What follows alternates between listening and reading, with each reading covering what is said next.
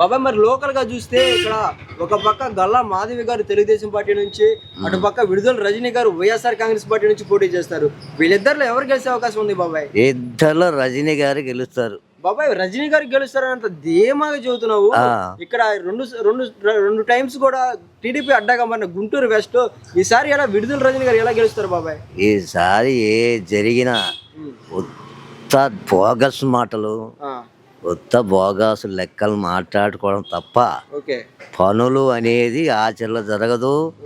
ఎట్టి పరిస్థితుల్లో అది జరిగే పనే కాదు. రజనీ గారు గట్టిగా గెలుస్తారంట. రజనమ్మ గట్టిగా పనులు చేస్తుంది. అవధాన కూడా బాగుంది.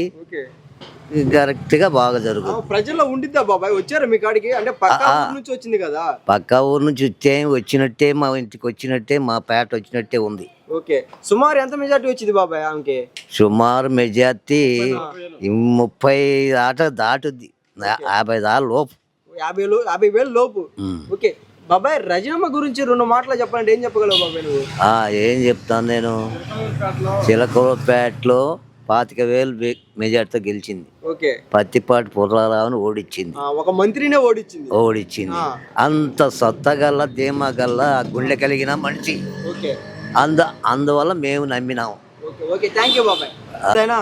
నమస్తే. 2024 ఎలక్షన్స్ ఇంకా 3 రోజులు మాత్రమే ఉన్నాయి. ఒక పక్క జగన్మోహన్ రెడ్డి గారు, చంద్రబాబు నాయుడు గారు వస్తున్నారు. మరి ఎవరు గెలిచే అవకాశం ఉంది?